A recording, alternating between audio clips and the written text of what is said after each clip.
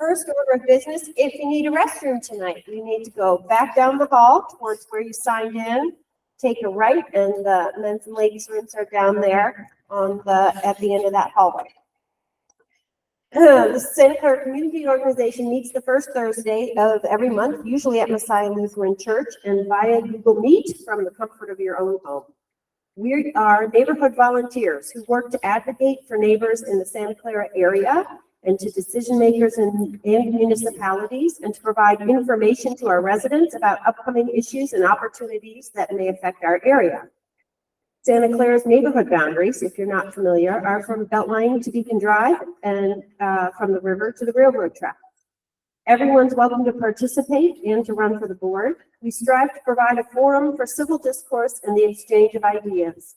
We do not agree on everything, and this is not our goal, but we all have a responsibility to foster and contribute to a community where we can enjoy open civil discussions on any topic, regardless of their complexity or the difficulty of the subject matter. We are not political. We do not endorse candidates. We volunteer for the good of the entire neighborhood. Note that June's first Thursday meeting will not be in person, but be a board meeting accessible to all via Google Meets with an opportunity for public comment at the beginning of the meeting. You can find the link on the Santa Clara Community Organization webpage. Tonight's meeting is available for viewing only for those who are virtually attending. We won't be monitoring the chat for questions, but we do appreciate you tuning in to hear all our public safety providers have to teach us. Let's see. And I would like to remind you that this Saturday from 11 to 2 is our Santa Clara's annual Wildflower Festival at Aubrey Park. There'll be games, there'll be plants, there are activities, neighborhood groups. It's free and it's fun for all ages. Tonight, our meeting is focused on public safety. Public safety is more than just policing. How do the providers work together to keep us safe? Where are the gaps in the services? Who falls through the cracks and why? How can we help? We're going to hear from all the presenters.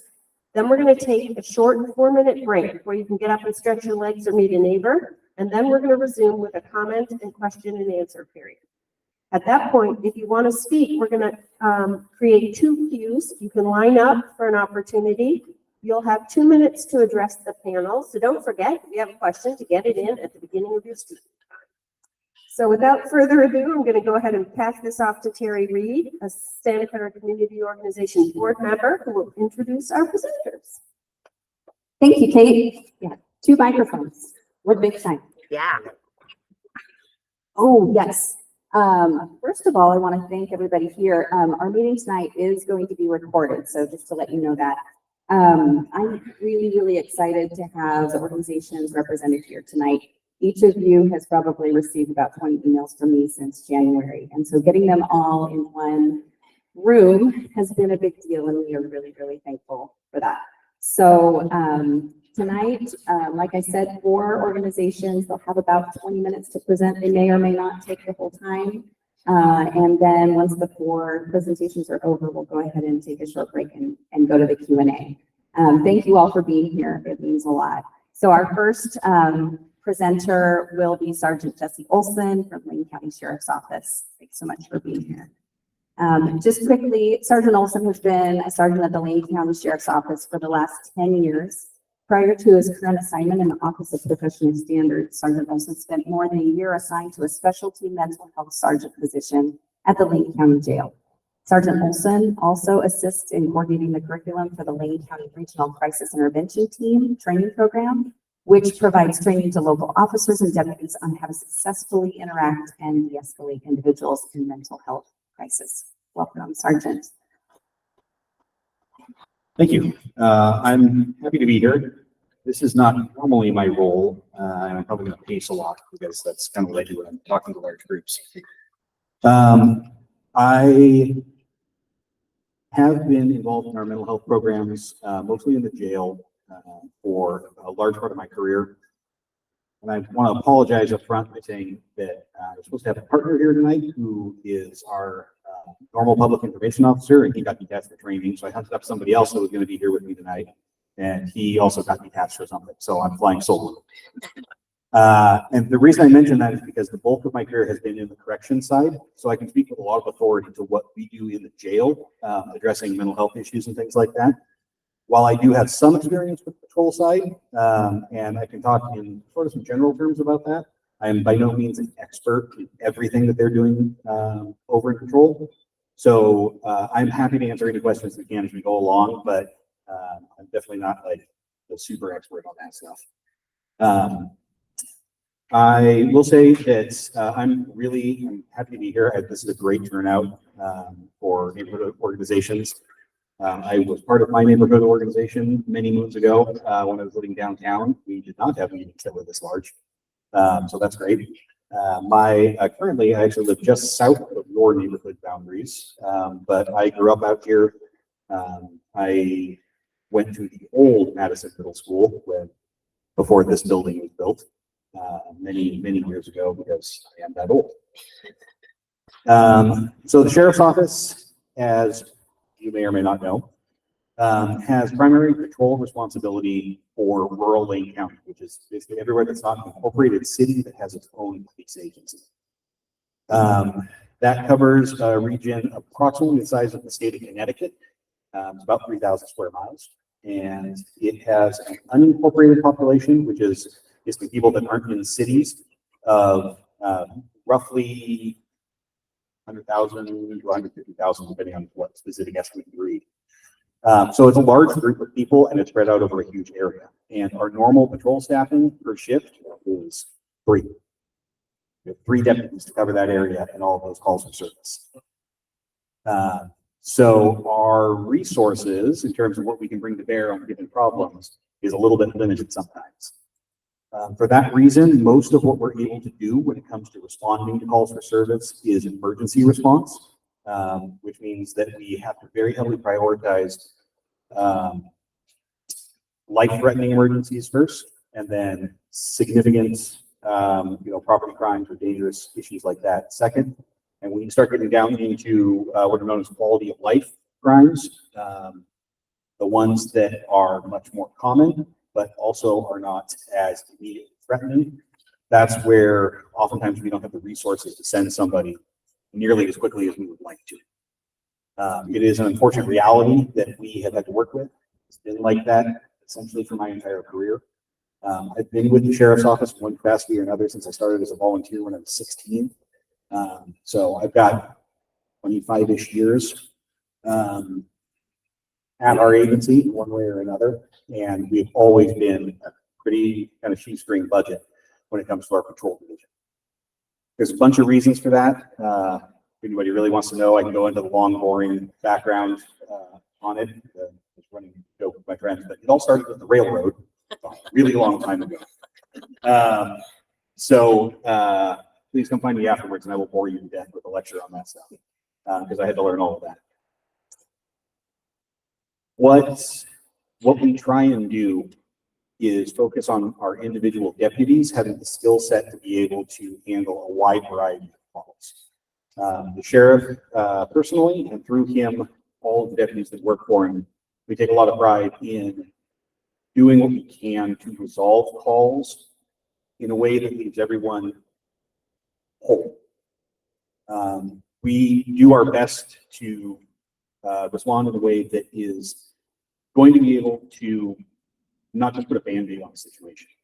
That's not always possible. Sometimes the best that we can do is make an arrest or move someone along or give some advice or something similar. But we do what we can to tie people into programs and resources as they're available. I think any officer or deputy in this area will tell you that if we had our wish, we would have way more resources we could divert people. When you get into the questions of mental health and addiction treatment and things like that, there's not nearly enough available at any single level. There's not enough officers, certainly not enough deputies. There's not enough programs that we can get people into.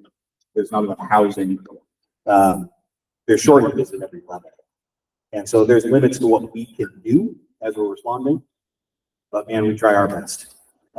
We do our best to be responsive to our community and to meet the needs of what the community has. This area is interesting because it's patchwork.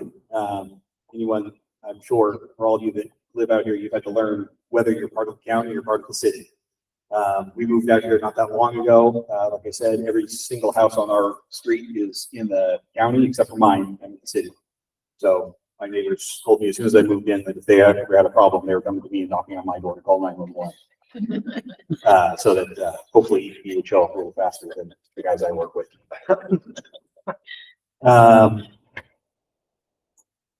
I didn't have the heart to tell them it doesn't quite work that way. On the jail side, I know our public safety levy was in the news a whole lot. We got a lot of presentations on that. I worked with our captain, giving tours and things like that of the Lane County Jail.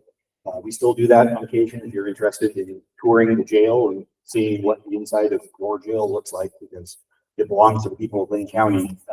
We're happy to set something up. I'm sure we can accommodate something at some point if anyone wants to come and see that, because we're kind of proud of the way that we run it. It's not just a dungeon that we lock people up in, don't let them out to see the light of day. We realized a number of years ago that our area, much like our patrol staffing, is, one might say, shockingly low. Our jail bed numbers are incredibly low for a population of our size. So Lane County Jail, the central jail on 5th Avenue in downtown Eugene, that is the primary holding facility for anyone that's arrested in all of Lane County. There is a jail in Springfield that's exclusively used for Springfield municipal court violations. So people arrested in the city of Springfield for misdemeanors. And then they house some people for Eugene municipal violations as well on contract with Eugene municipal court. Everybody else, everyone arrested by the sheriff's office, anyone arrested for a felony, and anyone arrested in any of the other cities, all go to the Lane County Jail. It's a service population of about 350,000 for all of Lane County. And it has 405 hard beds. For an area our size with a service population of about 350,000, on average, a county jail should have somewhere between 800 and 1,500 hard beds. If you operate a jail the way the rest of the country does. We have some advantages that we have taken advantage of over the years because we have to. We have not operated on a very robust budget. Prior to the levy passing in 2013, the regional public safety levy that passed in 2013, Lane County Jail was down to under 100 beds available for local offenders. We had just a shade over 200 total beds open, and then we had some contracts that were basically, we were renting beds at the federal government and a few other places, essentially just to keep the lights on. Our budget was that strapped. With the public safety levy, since that was passed in 2013, with your support, with the passage of the levy just this year, we have operated at the absolute minimum, which was like right in the heart of COVID when we had to close some beds just to accommodate some of the recommendations for spacing and things like that. We have never, since the time that that levy passed, operated fewer than 255 hard beds for local offenders. And we have not had to release, based on capacity, any dangerous offenders, any violent felons, what we call Measure 11 crimes, the major violent felonies, since the passage of that levy. And in fact, the way that our pretrial services operates, we have not done a capacity-based release at our jail for more than a year. Even though we only have those 400-ish beds, our average daily population is only right around 300. We're probably one of the only jails in the nation that can say that we routinely operate under our capacity. And the reason that we do that is because our pretrial services, which is a division of the courts, they're actually direct representatives of the circuit court. They review every case that comes through the door, and they operate much like the rest of the cases does, with the idea that if someone can navigate the court system from outside the jail, that they should. Lane County, your jail, is the model for the bail reform program that is going on in the rest of the state of Oregon. The legislature passed a bill in 2021, I believe, that was designed to reform bail and release options for the rest of the state of Oregon.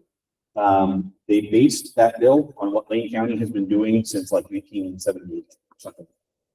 Our pretrial services has been the model for the other jails around the state. We may hear from people outside of Lane County how much they hate that bail reform system because it's wildly altered the way that they run the jail and it's causing all these problems. It's also causing us no problems. And yeah, we've toured people through our jail to show them how the courts and the sheriff's office can work together to manage the population of the jail.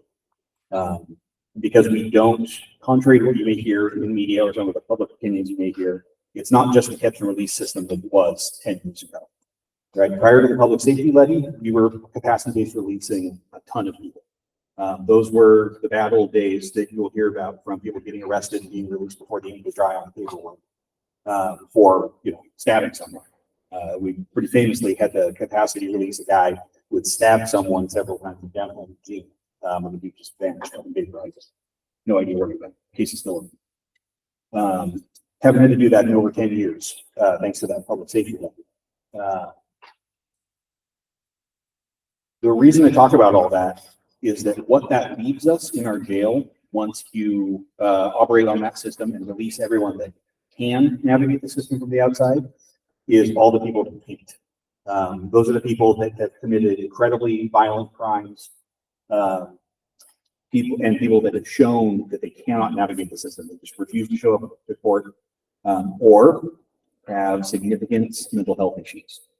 And we recognized a long time ago that the bulk of our population in jail had significant mental health problems, much beyond the normal occurrence in the general population. Lane County Jail is one of, if not the largest prescriber of psychotropic medications in Lane County, which is pretty common in most of the United States, that local jails are the largest prescriber of psychotropic medications. And we know that. And so we have a number of programs operating that are designed to assist people in making it through the jail system in a way that doesn't require us to just lock them in a cell somewhere and ignore them the whole time. We have a very robust contract with our medical provider that also provides a ton of mental health support. We have an entire unit of our jail that's dedicated to mental health programming that helps essentially divides, is divided up into 4 different groups, each one with a different focus. We have a team that meets every week to identify inmates with mental health issues and identify which of those groups would be most fitting for them. And trying to get people into locations that they can best flourish. Doesn't make it work, but it is something that we've been doing for a number of years.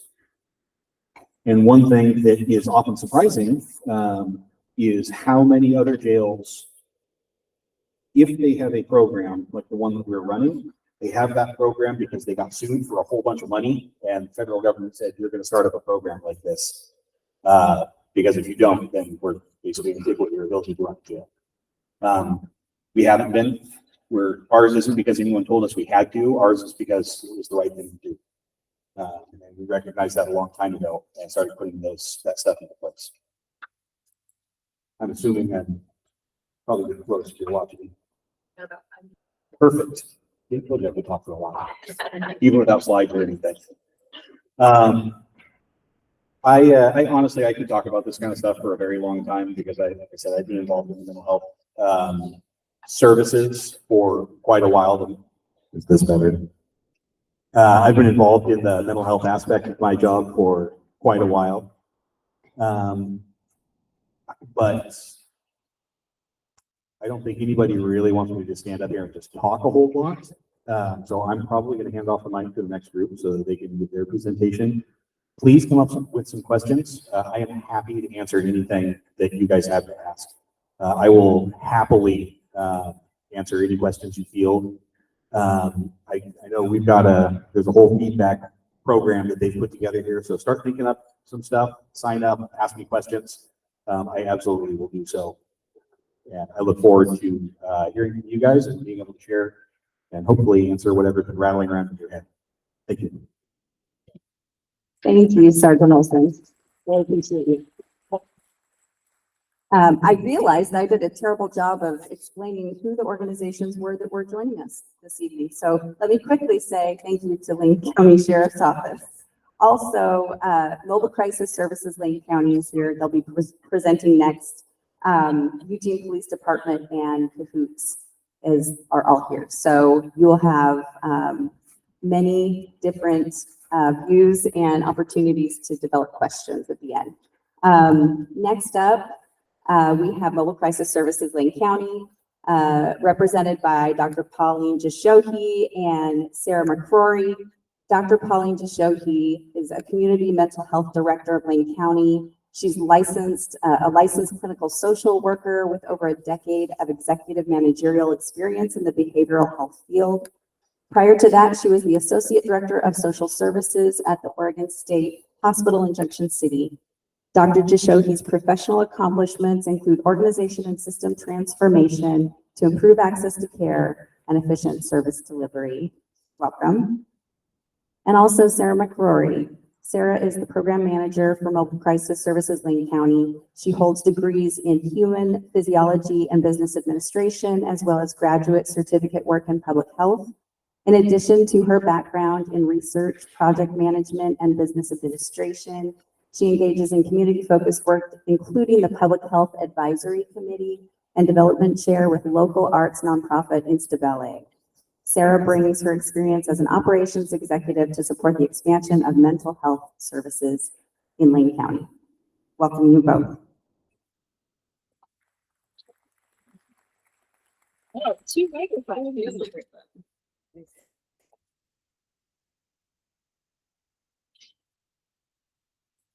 Thank you for having us. We do have a PowerPoint that Sarah will facilitate going through, and I will be here to kind of help walk through that. And then we'll respond to questions. So Sarah, take it away. Yeah, hey, it's so great to be here. Thanks for having us. How's my sound? Is that good? Can you hear me well? Okay, great. My voice is a little rough tonight. I have allergies, and I was listening to people coming in and out of the room, and it sounds like I'm not alone with that. So just bear with me. I might need to stop and grab some water. Really excited about being a part of this program. Sorry, feedback. I'm going to stand over here. Being a part of developing and launching a new program into our community to address mental health crisis needs. We know that we've had providers in Lane County doing mobile mental health crisis work, CAHOOTS, who will be speaking later, of course, and we have folks out on the coast who have been addressing the needs of that community there. But there have been a lot of people in Lane County that haven't had access to the same level of services. And we're very excited to be able to start providing that very soon. This summer, we'll be launching our program for the first time as a pilot to start providing community-based mental health crisis services. So I have a little slideshow here. I'm gonna see if we can get through some of these. Here's a little description of what our program does. If you don't want to read it, just know that the point of this program is to actually meet people where they are in the community. So by community-based, we mean if you are having a mental health crisis in your home, we will respond to you in your home. If you're in public, if you're in a public building, if you're at a business, or if you're at an institution, we can respond to all of those places and actually meet you where you're at and respond in real time to help folks stabilize, help folks get resources, provide some care coordination, and then again, provide 72-hour follow-up care so that we close the loop and make sure that everybody's integrating into the system in a way that best supports their needs. I think that captures it.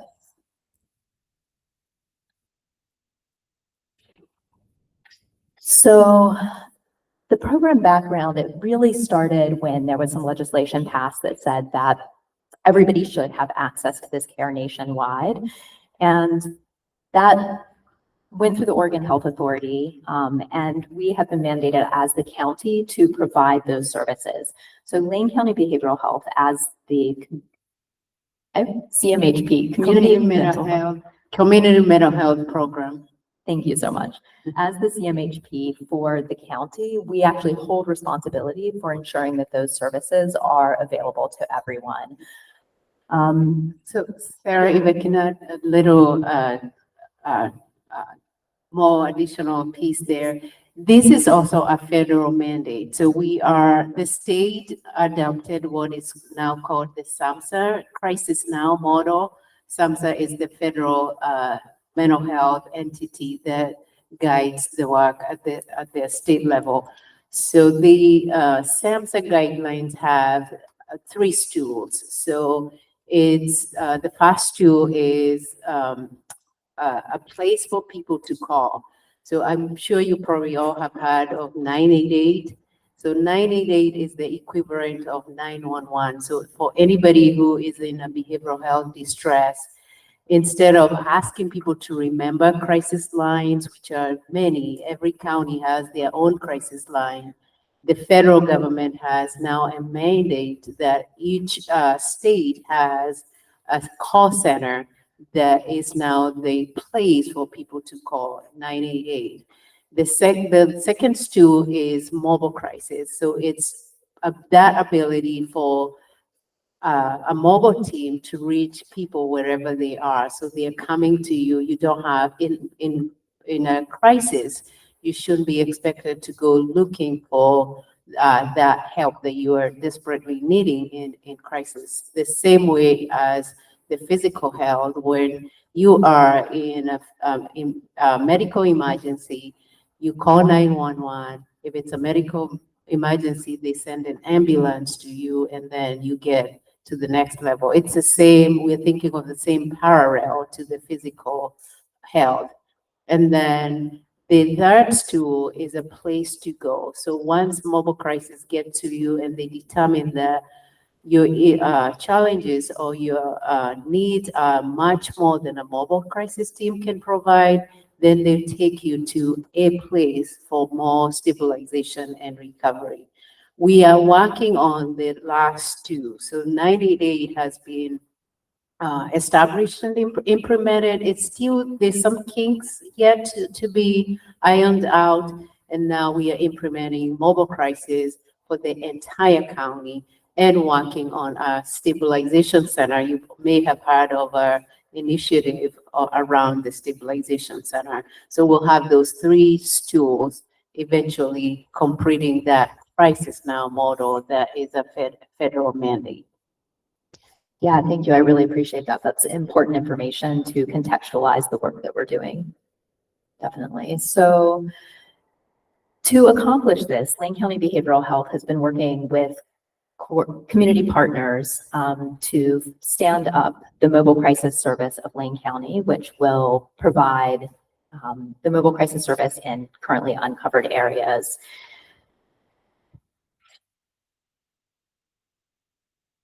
All right, so who are we? We're a mobile crisis intervention team. We're going to be staffed with qualified mental health professionals, and they'll also include peer supports. So the teams will be made up of the qualified mental health associates, which are folks who have specialized degrees and then also a certificate in mental health service, as well as a peer support professional to help meet people where they're at.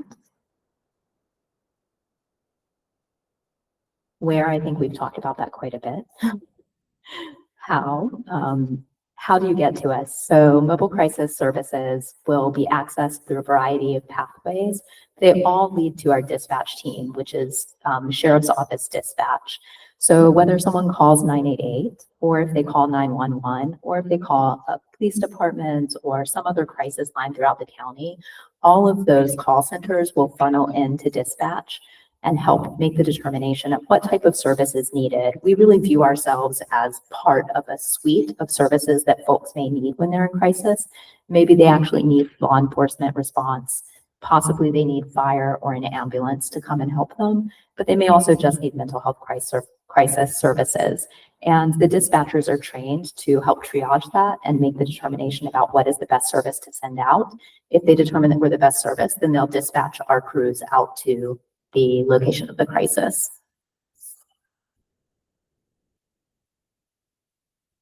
So this is my work. This is why you guys get me tonight, is because I've been helping kind of, get the vans and get the uniforms and do all of the fun part of the project. And we're ready to launch in July. So we expect to have some vans on the road with staff. And as you can see, we do have some vans, which is very exciting.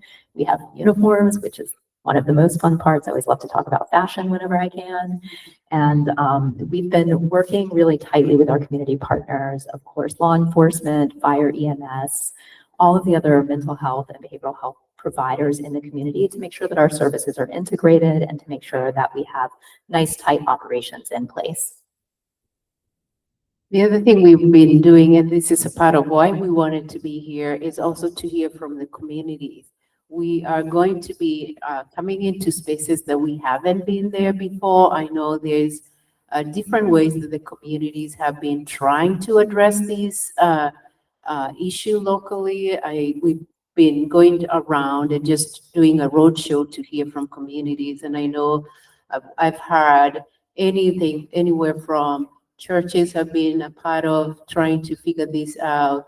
It's just a community like you all coming together and trying to figure it out. So we want to enter into this space in a collaborative way to understand the different cultures. You know, we are finding out that different parts of Lane County are different. We are not all the same. So we want to come into this space to understand what your unique needs are, what you want us to know before we start responding to these crises. So this is all part of that collaborative process, and anything that you would like us to know before we start showing up into your communities, we would like to hear that from you. Yes, absolutely. So seconding what, I'm going to use his first name, which may seem really rude, Jesse was saying, please come forward with your questions and please feel free to contact us.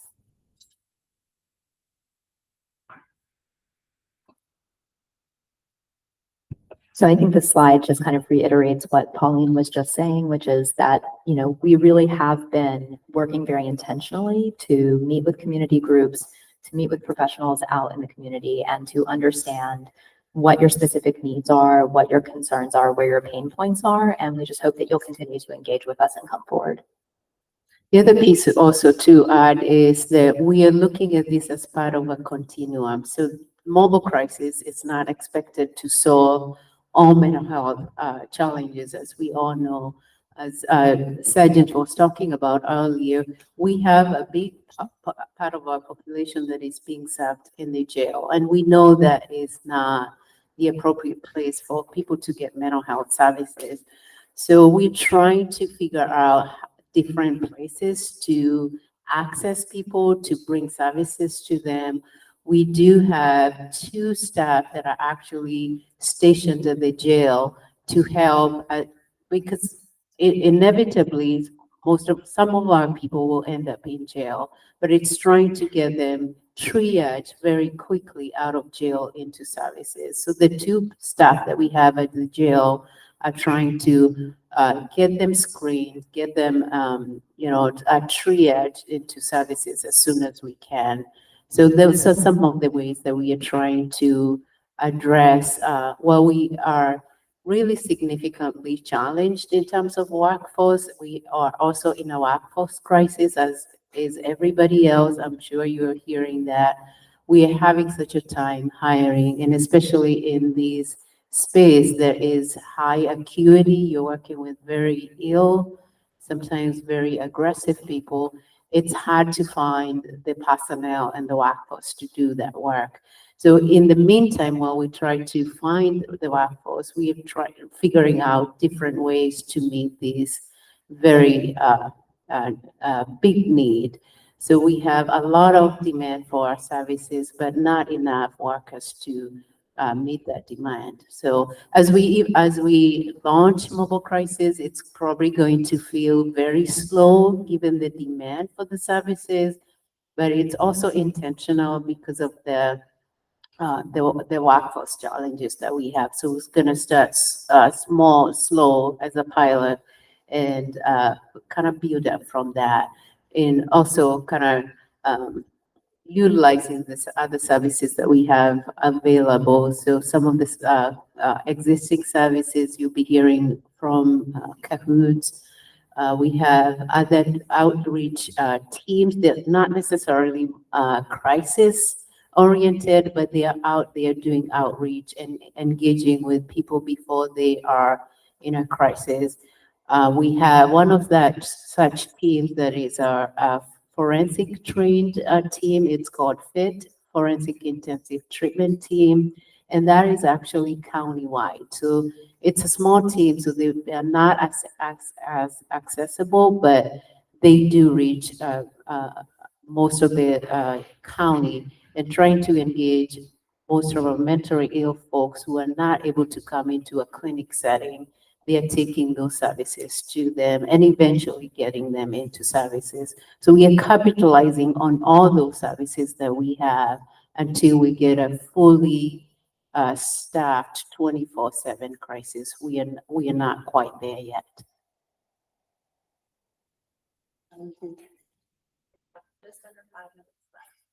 All right, I think we'll hand it over to the next speaker and we'll wait for questions. Thank you, everyone. Thank you both very much. Okay, next up for presentations, we have Eugene Police Department. First, we have Lieutenant Mike Ware, or Ryan Skiles. It doesn't matter who goes first. With us tonight, Lieutenant Mike Ware is currently a watch patrol commander, where his main responsibility includes managing patrol resources throughout his shift. Lieutenant Ware also supervises the downtown team, park resource officers, and housing support officers. And joining him, we have Ryan Skiles, who is the manager of the crime analysis unit for the Eugene Police Department. The unit focuses on providing information and analysis for intelligent-led policing and statistical data regarding crime across the city of Eugene. Welcome both.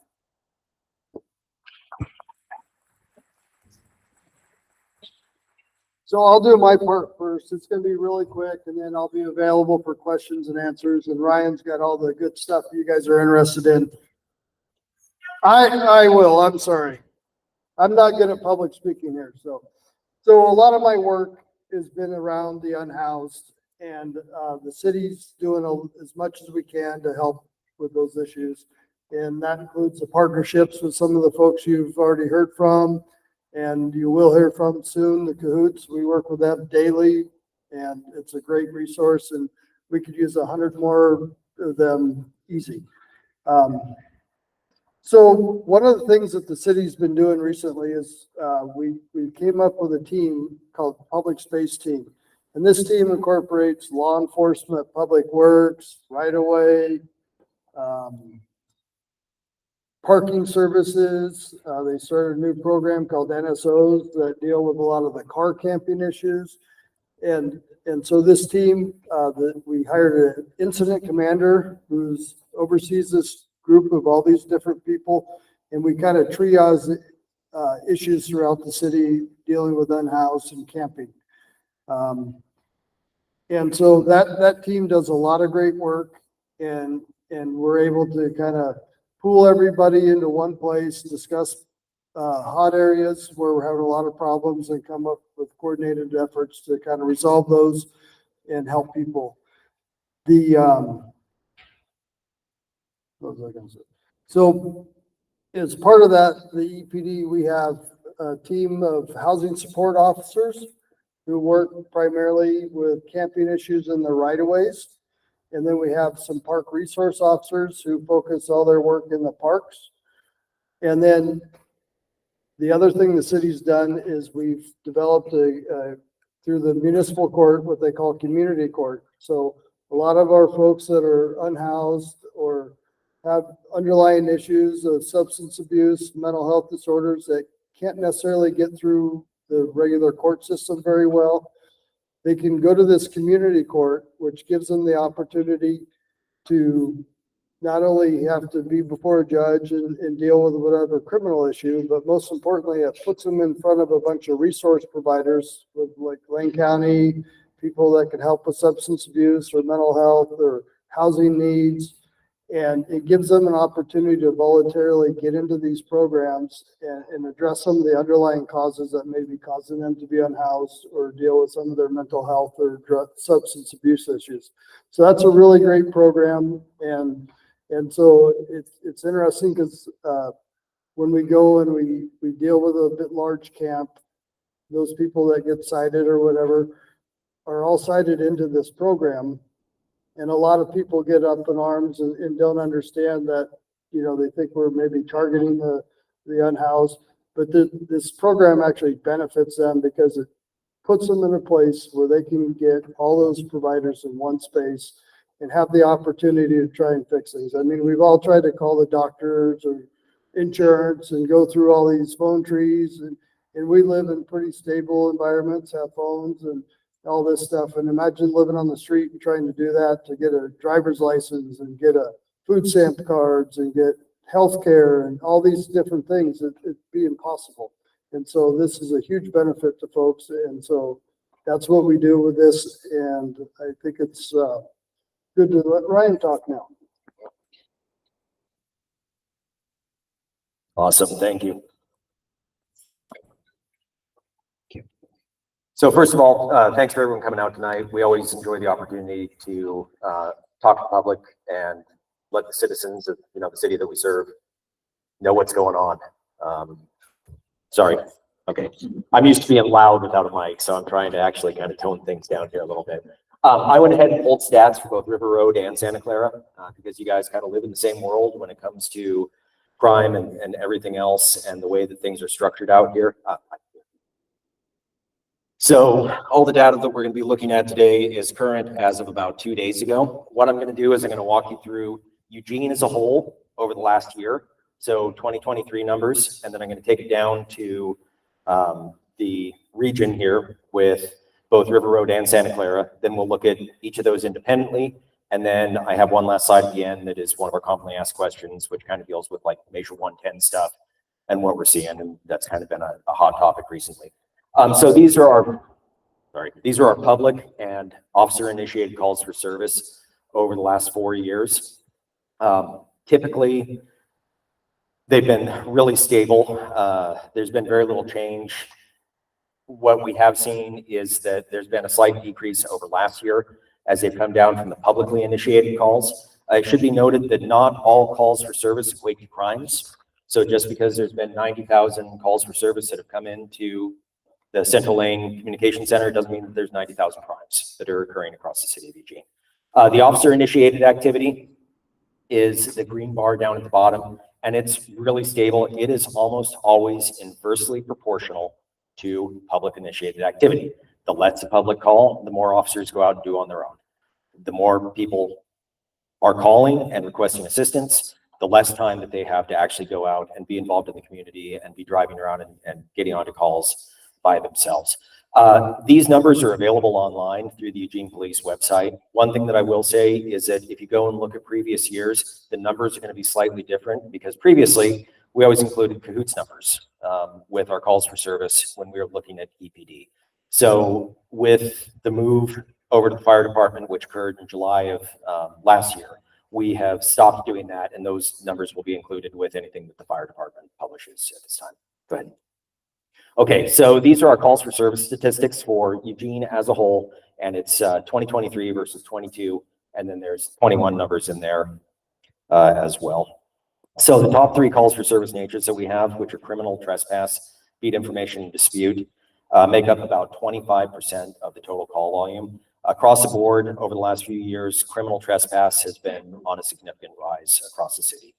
And that's essentially people in areas where they shouldn't necessarily be. And someone's calling in to report that they have people trespassing on their property. So in 2023, it actually climbed to 8%, which was in addition to a 25% increase that we saw in 22. So those numbers just keep going up. Conversely, the largest drop in public calls in 23 was illegal camping. That's not because we have less people camping across the city. It's because of how those numbers are being reported and coming in. Public Works actually has online reporting options that have siphoned away a lot of the calls for service for illegal camping from the police department, and they're now being sent over to Public Works. And in addition to the 2,100 calls that we receive, there's about 6,000 calls that Public Works receives in regards to public camping. And those get sent out to the appropriate agencies as we go. So one thing that is great up here is there was a significant decline in the reports of theft from motor vehicle. For the last, as long as we've been keeping track, theft from motor vehicle has been the #1 type of theft in Eugene. People walking by cars, breaking windows, stealing stuff, opening doors, stealing stuff. That's actually been on the decline both across the city, and you'll see that it is in your neighborhood as well. Go ahead. So this is Eugene as a whole, and it's a heat map of the calls for service. So what we expect to see is that downtown near the university, there's going to be the highest concentration of calls. That has to do with population volume in that area, and then just activities that are happening. The River Road and Santa Clara areas are in the gray square up to the north there, and I'll focus in on that in just a little bit here, and we'll talk about where some of the hot spots are within your communities. And I don't think there's going to be any big surprises. It's primarily Beltline, River Road, those areas right in there. Go ahead. So River Road and Santa Clara with the calls for service. There were 7,593, so just under 7,600 calls for service that were generated by the public in 2023. They were actually down by 12% versus 22, so it's been a decline. We'll look a little bit at what this year is doing in just a couple slides here, but you guys make up, or the area as a whole makes up about 6% of the total call volume for Eugene. So geographically, you're greater than 6% as far as the area that you comprise, but for calls, about 6% of the calls that come out here. So there was no significant increase in the top call volumes in the local area. Criminal trespass actually dropped last year locally by 19% versus an 8% climb for the rest of the city. Welfare checks, which is basically someone sees someone that's off to on the sidewalk, they may or may not be responsive. Someone's at home and they haven't answered their phone in a while. A lot of those go to CAHOOTS. CAHOOTS gets a lot of welfare checks. We get some of them. Our dispatch center just decides what the most appropriate resource is to do those. But welfare checks are down 25% or 27%, excuse me, in the River Road and Santa Clara area. So officer initiated activity was down 12% in the neighborhoods up here when compared to 2022. And traffic stops, which are typically one of the largest sources of officer initiated activity in the area, were unchanged. So there really wasn't a change. Go ahead. So River Road, Santa Clara, public calls for service for 2023. So what I've done here is there's been a lot of discussion about unincorporated Lane County and which addresses are in the city and serviced by APD, which addresses are serviced by the county. The pink area is what the addresses are in Eugene. They're considered to have a Eugene address. The rest are unincorporated Lane County. You will see that a lot of the blue bleeds over into those areas that is technically LCSO's jurisdiction. When a call comes in on the emergency line, dispatch center is going to dispatch appropriate resources, regardless of if it's Lane County or if it's EPD coverage. When a call comes in on the non-emergency line, then our dispatchers will check the address real quick. It only takes them a couple of seconds. And then they will either put in a non-emergency request, or they will defer someone over toward LCSO to their non-emergency line. The hotspots, basically it's residential areas to the west, Chamber Street connector to the south, Beltline to the east, U-Haul location to the north is, we get a lot of calls that are coming in up there. There's a lot of issues that occur up there. And then that whole hotspot in the middle is the River Road Beltline interchange. And that includes LTD, it includes the old VA location, Fred Meyer, the shopping center that's right there, and then just the streets as well. So go ahead. Okay, so for River Road, I'll back up here just a little bit. This information is the first 4 months of this year. So this is not looking back at 2023. This is looking at the first quarter of 2024 And then I'm comparing that to the first quarter of 2023, because we always try and do like comparisons with this because everything is seasonal. It shifts by season. So criminal trespass, where it was down overall last year, is up significantly. It's up by 30% in the River Road area. Disputes and all other calls that we're tracking here and talking about are down. Now, these are not the top calls for service that are occurring in your neighborhoods, but they are generally calls for service that are of interest within the community. So things like disputes, disorderly subjects, theft. Theft is always a big one. I can tell you as well that theft from motor vehicle is down as well. For anyone, if you're trying to take pictures of the slides, I can go ahead and provide all these slides to you, and you can mail them out as you feel appropriate. So just get a better view on it. Go ahead. So for the Santa Clara area, 1,400 calls for service in the first 4 months of this year. That's an 11% increase over the previous year's numbers. Average of about 12 calls per day is what that amounts to. Criminal trespass, there was no change in Santa Clara versus the two time periods, which is a large difference versus the River Road area. I will say, going back to the River Road area, most of those criminal trespass charges were at the previous VA location and that area surrounding it immediately. Numbers moved generally in a positive direction. Theft being up 50% isn't great, but we're dealing with fairly small numbers. 36 occurrences in 4 months. So those percentages swing fairly heavily. Go ahead. So this was a year ago. No, this was in the last 4 months. I'm sorry. Yes, it is. I apologize. Yeah. So that was 2024. So the final slide that we have that I want to talk about here, this is a really common question that we get as far as how things have been going here in Eugene since drug laws changed back in 2021. The kind of gold bar represents the number of drug arrests in the city of Eugene by year from 2019 to 2023. The blue is the number of overdose calls for service, and the gray is the number of Narcan administrations that we've had. So the Narcan is kind of a estimate. It's really hard to track how much Narcan is actually being used because a lot of individuals use it, a lot of organizations use it, and when it's used, it may be used anywhere from 1 to 5 times in a single event. But we only are counting each one of these as a single one.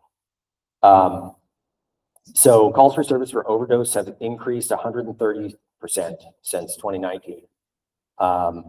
And our drug arrests have declined significantly. Some of the bright spots there is drug arrests in juveniles are almost non-existent, which is great. Because, I mean, we got kids that we're dealing with is the short answer there. There was actually only 1 drug arrest last year in 2023, and it was because one drug arrest of a juvenile, and it was because they were dealing within 1,000 feet of a school. That was the only arrest we had. So one thing that is positive is the increase in Narcan usage has likely led to a decrease in overdose deaths. It's because it's more prevalent in society, more people are carrying it, it's out there, it's being administered. But there have been some significant changes, and we talk about things being inversely proportional as far as officer and public initiated calls.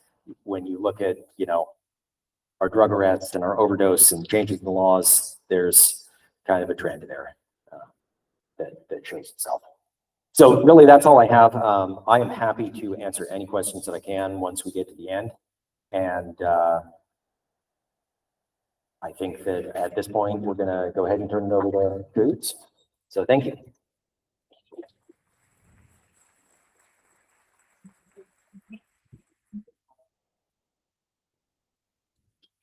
All right, how are we doing so far? Pretty good?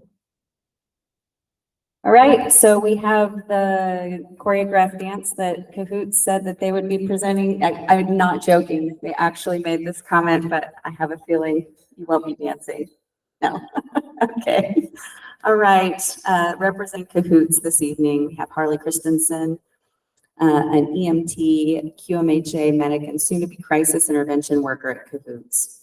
As well, they are CAHOOTS community education specialists. They have a background in shelter services, education around de-escalation at the front line, as well as academic level, and are passionate about the integrated mobile health model of caring using the lens of harm reduction with a focus on community partner collaboration. And then joining Harley, we have Mike Yoshioka. He's the director of programs for the Whitebird Clinic. He has a background in homeless services as well as housing and community development. Originally from the Bay Area, Mike now lives here in Eugene with his wife and 3 young children. He's passionate about collaborating with other service providers to ensure a safe and healthy community where all can thrive. I'll turn it over to you, Harley. Thank you.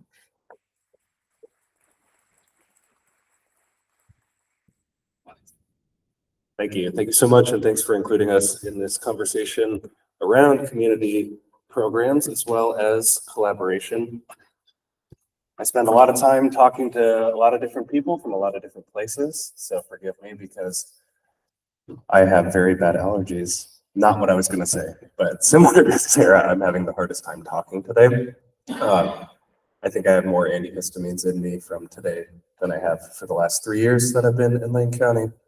It's just very important and special that we were able to be included in this. Mike is handing out a couple of our pamphlets here, and if you need more information, you can bug any of us about it later. Kind of gives an overview of our services. I've written a brief script that I am going to read verbatim just to make sure that I highlight certain points of what happens through CAHOOTS and what we are. I'm also going to talk a little bit about de-escalation strategies that we like to educate our community around. I felt like this was a good opportunity to fill folks in. I don't think CAHOOTS is a mystery to anyone in this room, but in case it were, I just want to make sure that I am comprehensive with that, and then also leave you folks with some tools that maybe can help guide future interventions with folks in our community. Is everybody hearing me okay? Great, thank you. So at CAHOOTS, we consider ourselves a third branch of public safety as an integrated health model that prioritizes mental and physical well-being of our community members. We're a 24-hour service that has operated for the past 30 years on the EPD dispatch non-emergency line. We're dispatched by our diligent and hardworking call takers that are a part of our system and that we collaborate with on a daily basis. Our vans always have at least 2 professionals, one of which is QMHA or above, so qualified mental health associate, peer support worker or above, and a medic who is an EMT basic or above. That can be in the state of Oregon, an EMT basic, an EMT advanced, an EMT advanced intermediate, paramedic, or a nurse. To my knowledge, and I would love to hear if I'm wrong on this, I don't know anywhere in the United States or otherwise that has a model that has the integrated mental health, medical health system that is not in a co-response model. I just wanted to highlight that. We're happy to be included in this forum and excited to talk to folks and share our capabilities. Our services have been integrated into the Lane County Public Service Model since '89. I'm going to go over that a little bit more on the next slide. We have been a resource to aid pilots of similar programs throughout the United States internationally. My predecessors were responsible for training Portland Street Response as well as some folks that are from the Bay Area. I recently just talked to some folks in Mexico City as well as in Alberta, Canada, where people are doing the same work as CAHOOTS in minivans, handing out water bottles with a plainclothes cop. Yeah, it's important work that folks are doing, and I feel really privileged to be a part of the system. I've been a medic for about a year, and I have, close to 7 years experience in shelter. I've taught de-escalation trainings like on a frontline food service basis. I've written protocol for different companies as well as at Monroe Correctional and Seattle Central College. Yeah, so what I like to highlight here, we can all read the slide. I'll read a little bit of it and we can talk about it some more once we get to a Q&A section.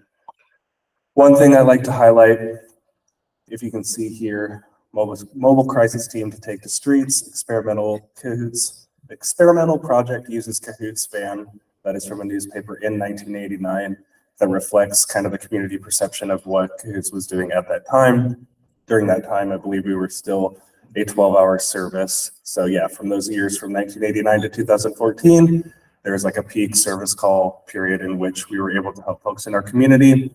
And that is a flash forward to many of these details are highlighted that have happened in between those times. But from this like experimental big quotes, CAHOOTS van, what is crisis assistance helping out on the streets, to our former program coordinator, Ebony Morgan, speaking in the wake of George Floyd's funeral in 2020, at which there's a large influx in media attention that we got, as well as, I think, spotlight for consultation. That has been a big part of what I just referenced a second ago. CAHOOTS being a model and an integrated part of our community that has like led to a lot of different perception as well as different development in other pilot cities. This kind of leads a little bit more into what is my passion, and I didn't want to leave. I know that we'll have a lot of time for Q&A, and like honestly, between all the different services that have already spoken tonight and the details that were highlighted, especially in that last presentation, I super appreciate that a lot. And knowing that information myself, I would be remiss as an educator, big air quotes here, not leaving folks with some definitions as well as some education around how we can be in collaboration with community partners as well as people in our community that are struggling. We believe Whitebird Clinic as a whole, and especially CAHOOTS, each person deserves respect. Within respect, that comes with autonomy and validation of what's going on in your current needs. We center trauma-informed care, harm reduction, and cultural responsiveness. I think when I'm meeting with smaller groups, and I know everyone's name, and we have some sort of like baseline with these things, I start popcorning, asking folks what their definitions of these things might be. In lieu of this group and what we're doing here, I will kind of offer my own definitions and allow for time for questions at the end after we take a little break. Trauma-informed care. I've heard our community partners talking about this a little bit, thinking about where people are, how they got there, how we can inform that to base our collaboration on how we can integrate services elsewhere or in the moment. We think about harm reduction, which to me feels like a blaring and obvious self-describing term, but it really truly does mean looking at things in the model of least intervention necessary that can empower somebody to build autonomy and decision for themselves. Cultural responsiveness is hard to define, but I think about things within the lens of, we can think about race, creed, sexuality, gender, all the things that define a person and their identity as it stands. I also like to play into that socioeconomic status, access to resources, these things that have been chronically unsupplied in a person's life that may inform the way that we're talking to them in the moment. I see a lot of nodding heads, and I appreciate that. Our role is to help out and be available where we can. We are a voluntary service. There are times that we do partner with folks that might be having an extreme amount of suicidal ideation or homicidal ideation, in which it is appropriate for us to call on assistance between either Springfield Police Department or Eugene Police Department. That would be most relevant to this community here, to talk about ways that we can get someone to the hospital and get the care that they need. There are also times where the least intervention necessary can be the most required thing, getting folks to staff services, getting folks to these things that can be vital to their everyday lives. And I can skip that. Thank you. This is something just purely on my own bias. I think it's really important to share with communities, and I am the biggest chill and fan for Paulo Freire, Pedagogy of the Oppressed, Politics and Education. So I think when I'm teaching people in the community, whether that's larger groups, corporations, food service places that I know I've mentioned before, I like to think about, so what I consider what we're doing right now, even this entire thing that's happening in and of itself, we sit in the middle, which is our practice, how we live and do things in our everyday lives. I would say what I'm doing right now fits more into this theory perspective, whereas from here, we're able to take some action and collaborate with community partners, and then from there, reflect upon that. Within that practice, being able to look at this as a model for how we move forward and continue the cycle. Next. Thank you. This I'm just gonna let sit for a second. I'm gonna look at my notes for a minute and let folks read this without me reading it verbatim, because I feel like that ends up being a less effective model than letting people think about it themselves a little bit.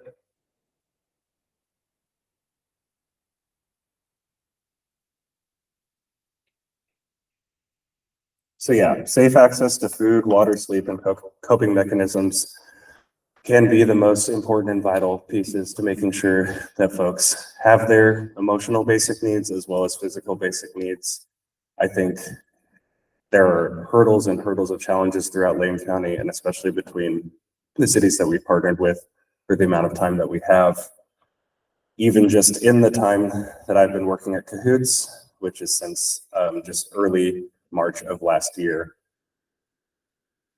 started working there with a hospital in Eugene, with a 24-hour crisis center in Eugene, with a 24-hour sobering service in Eugene. And at this point, what we have now is a 12-hour sobering service in Eugene. So with the different models that we've been speaking about tonight and the ways that we can be available and able to collaborate with things that have existed in our community for so long and that are new to our community, it's very important for me to highlight just how vital those services can be with what is a reflection of what our community has, which is what we try to fill in. Oh, we skipped this one. I'm sorry, I meant to take it off. This is important, but again, I cannot for the life of me turn off my educator hat, so forgive me. But it is an important piece. I think there will be question and answer services, or sorry, parts of this service that will happen. I also think it's very important to be talking about de-escalation as a whole as it's coming up. How can we modify our body language when we're approaching somebody that we feel like is in need of help? This is an important thing that I think about, being 2 arms lengths apart, having some space to kind of discern what is happening now, scene safety as well as someone's emotional well-being. Something that I try, part of being a community education specialist at CAHOOTS is I have what is one of many academies that we do. So it's like a 2-week period in which folks are doing anywhere from like 40 to 60 hours of us talking to them about different things that incorporate our work. Do not block anyone's exit is always the thing that just gets people that are new to the work to really have the light bulb come on in their head where it's like, yeah, we're thinking about safety. We're thinking about not only the safety of the person that we're working with, but ourselves. And that is a hugely vital piece of what we do. Thinking about leaning, relaxing shoulders, these things that can happen. We have phrase that's, stand before you lean before you sit before you kneel before you squat, meeting somebody on the level that they're at and making sure that there is a level of validation and autonomy that's happening at all times. The piece that and a big part of the reason why I chose to include this in the first place is like the models that I had created in King County prior to this also included a feet at different angles and standing at an angle incorporation, which is, and I'm gonna intentionally do this for a second. So if we're thinking about when we're coming up to somebody on a scene and how authoritative and, having a presence that is ungrounded versus stepping back, having not only more access to what is around us, because from here, you're limiting your angle, also having an opportunity to step into ourselves, ground, have a triangle, arguably the strongest shape, in which we're able to defend ourselves if something were to escalate to a point. And also an understanding that, okay, maybe I'm walking up to you here, but I'm leaning into this space and what I like to call, and many before me have called, a container in which we can serve and collaborate with each other. That's pretty much it. I'm very excited to see what kind of questions you folks have. It's been great to share this stage with some other folks in our community that have been here, again, new to here, but have been here for a very long time. Yeah, thank you.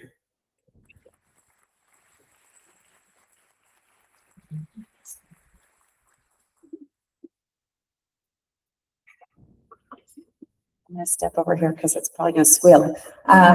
We're gonna take just a few minutes break. I just wanted to say something about the mental health aspect to public safety. I feel like it's so important. much of what Harley was talking about and just the posture of de-escalation when you're engaging someone who is having a crisis. I know that CAHOOTS showed up for my family at one point when a family member was having a mental health crisis. And it was huge because we did not have the tools that we needed to help this family member that we loved. And I am so grateful for the services that you guys provide and that you're launching in Lane County, because this is really important. So thank you so much. We're going to take about a 4-minute break, maybe a bio break, or to say hi to a neighbor, and then we're going to come back and finish up with questions.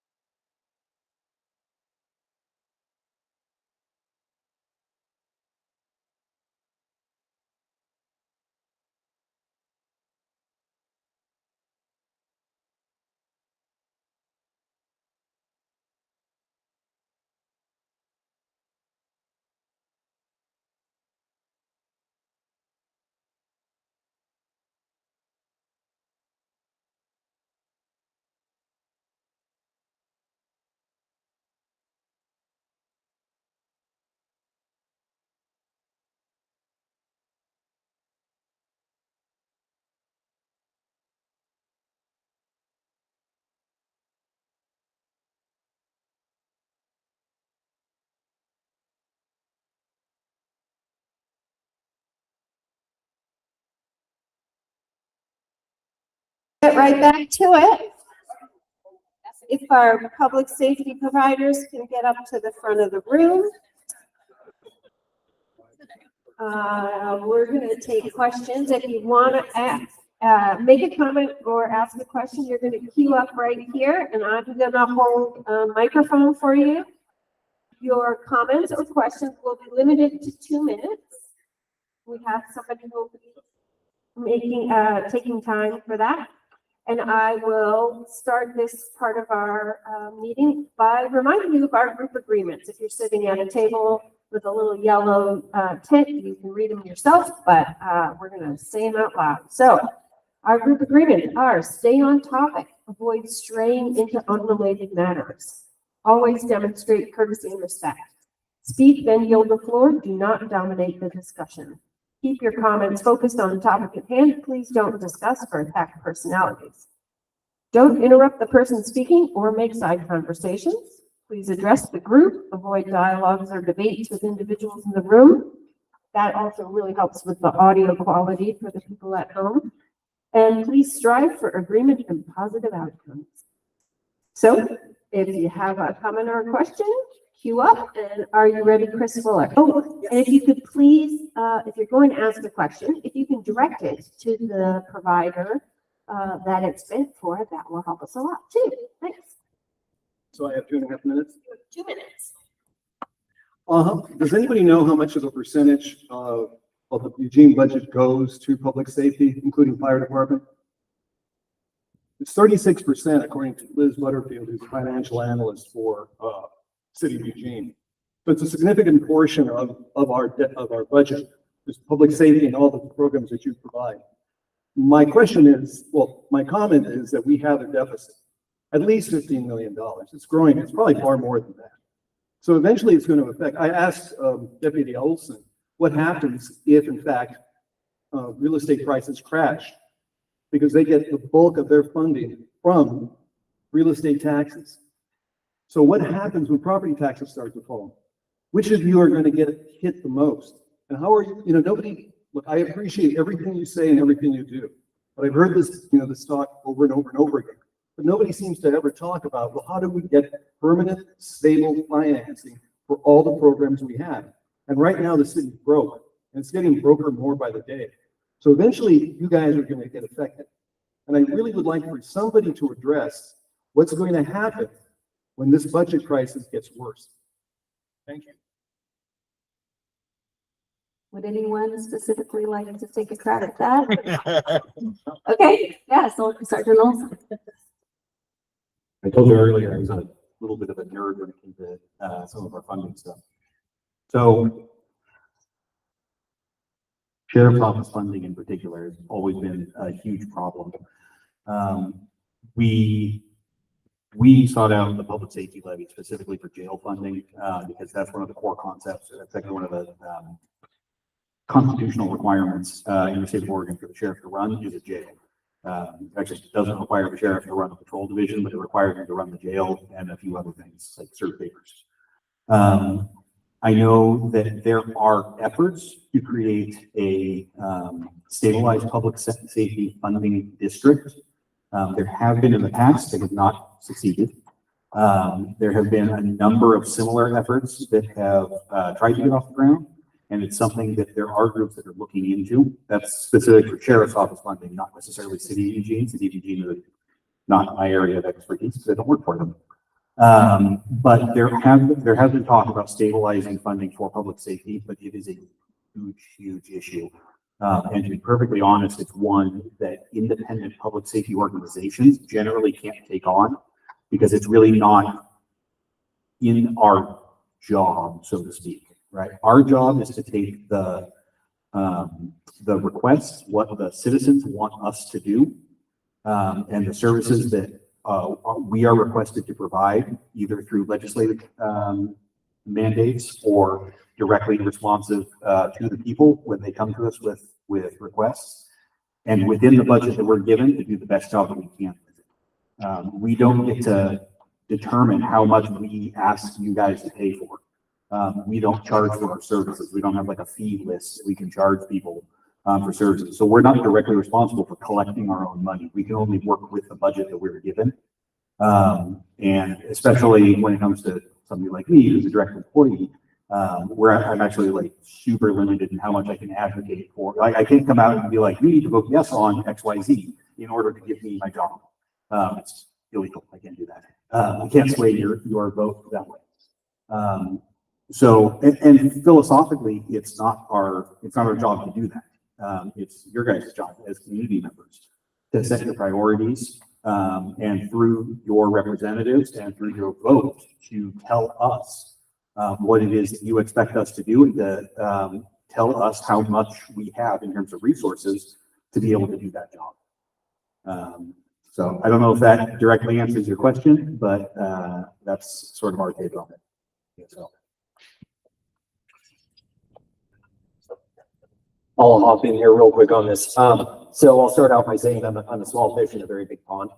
I don't work in finance, and I don't have anything to do with the budget or anything else. I can only speak from personal experience working for EPD.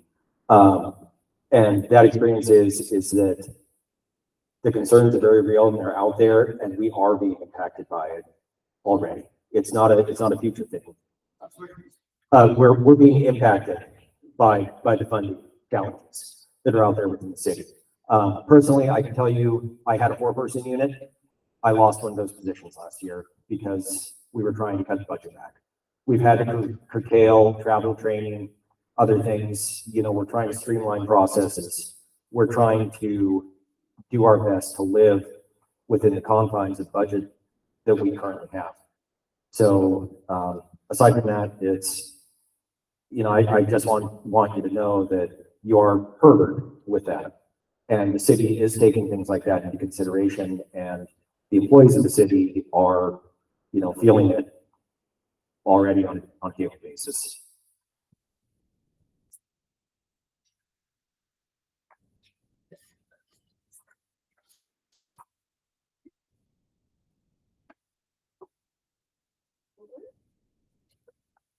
Good evening. I got in a little late. I don't know the fellow in the blue shirt, the one that just spoke.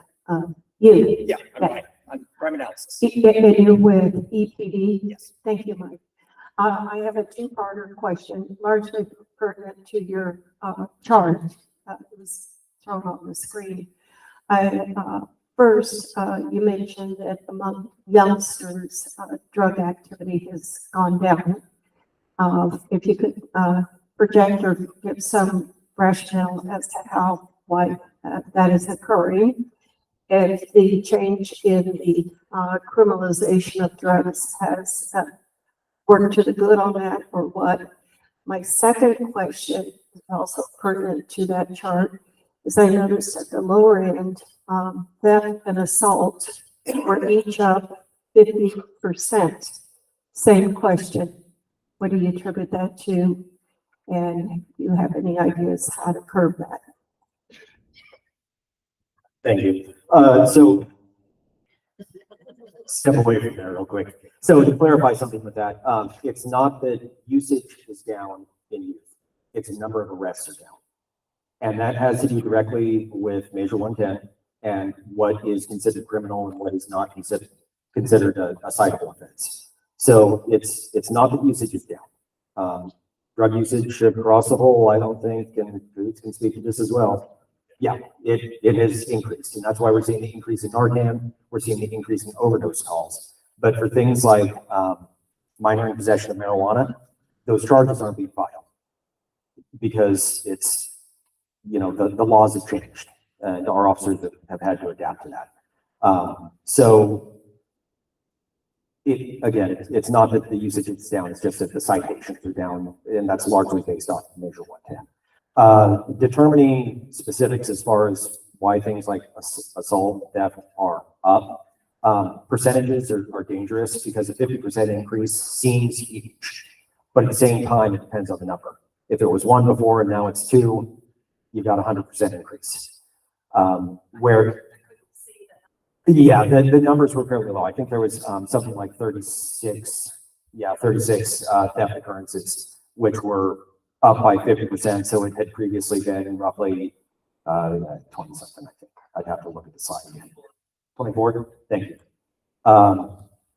My mental math, yes, is not working. It's late on a Thursday. Yeah. But directly attributing that in kind of a microcosm, as it were, a small area, can be really difficult, and I'd really have to look into the numbers more, but it's likely things ebb and flow. Where it was down last year, it may come up again, but unless there's a significant spike on one end or the other, it's normally not something that you could look at and say, that's the reason. But with stuff like the Measure 110, you can kind of look at it and say, you know, that has a significant impact on what's going on. Does that answer your question? Yes. Okay. I have a whole bunch more, but I'll keep it to one. Okay, if I can do one other clarifying comment real quick. Okay. I had a couple questions on beat information, which is second most common call for service that was showing up on a lot of those charts. Beat info means that it was information which was sent out on the radio to an officer. And that officer was not directly dispatched to it, but they have it on their screen to look at if they're in the area. So it might be something like there was a bunch of rowdy individuals or a trespasser on a piece of property, but the caller is not willing to press charges. So an officer, it will be sent out as beat information. An officer will look at it when they have the opportunity to do it. The other side of beat info is that it can be a call that came in as a different nature, like criminal trespassing. It got stuck on the screen or held for so long because we didn't have the resources to respond to it immediately, or other more pressing calls were coming in. It sat there so long, they need to get rid of it. So they write it off as beat info. They send it out to the officers to look at when they have time to do that. And then it's cleared out in that way. I'm not going to answer your question at all, but you asking that question reminded me because you had asked me at the break how many deputies we have on patrol. And I gave you kind of a rough answer, and I was able to actually find that information because I just got that not that long ago, but I had to make my phone work. There are 6 sergeants and 24 deputies assigned to our main office patrol unit. So the actual deputies that respond to calls for service all across the county. How many? 24 and 6 supervisors.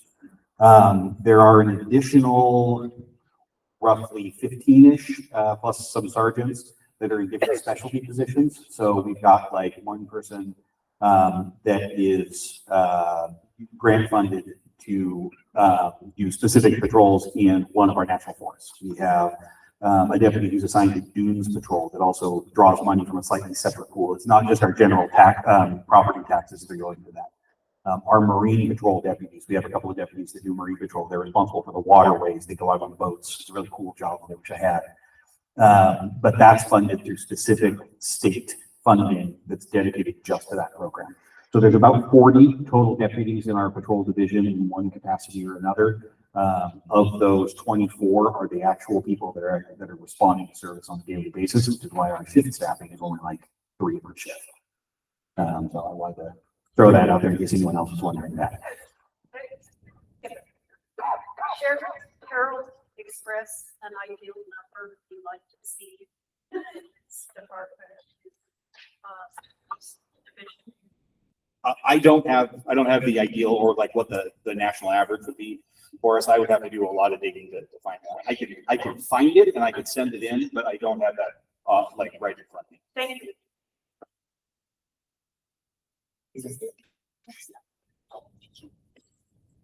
Hello. I think I'm addressing this question to, and I don't remember your name, Mike, and Harley, probably. So I work in the mental health field in Eugene. I'm fairly new in Eugene. I have a question about Whitebird and how it's staffed. Is it mostly volunteer and not volunteer at all? How is it staffed? Because this week and last, I've been hearing from a couple different patients who've tried to access Whitebird's crisis line and said nobody's there. So what's going on right now? Just out of morbid curiosity, you said that you're at a new facility in town. Do you mind sharing what that is? No, the facility is not new. I'm Oh, just fairly new. You're new to the, okay, thank you, sorry. I was just gonna try and connect to it as a search mode there. I think Mike has more to say about your question. I think the question about the volunteer nature of Whitebird is totally fair. For most of the history of the organization, it has been completely volunteer run. It's been an amazing organization that's sort of grown organically, being directly responsive to the needs of the community. And only relatively recently in the agency's history has it been fully staffed. That said, I'd like to meet with you later to find out more about the crisis line. We do offer, for those of you who do not know, a 24-hour crisis hotline where we have, again, qualified mental health professionals that are there to take the calls and address any issue that might come up. And you get the whole gamut. It's basically like having a Harley with a headset. Honestly, to speak to that, there are times where I'll be on a scene and like totally stuck. What can I do? Is there anything I can do? Somebody needs a power wheelchair right now. Where could we get that in the next 12, 24, 36 hours? This is like a true anecdote that happened recently where calling this crisis line, there's someone there, reception, and then 2 QMHA or above, most often QMHP, folks that are like between triaging calls, able to look up resources and then respond to folks in the community that need those things, not only in the sense of a like client that is looking for something themselves, but a practitioner or a service provider or any sort of public safety member that might be looking for those resources too. In a way, like you said, like having a crisis worker with a headset is quite literally what they do. 24 hours a day.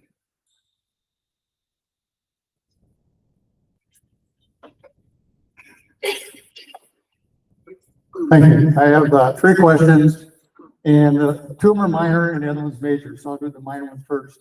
So at one season in life, we had somebody in our neighborhood that was something to do with drugs, and they were in the county, and CAHOOTS only responded to the city. And so basically we were told we had to drag that person into the city, whatever. So the River Road, Santa Clara area, I don't know what the breakdown is, maybe 40% is city, 60% is county. So that's one question. Has that changed? The other question is directed to the jail.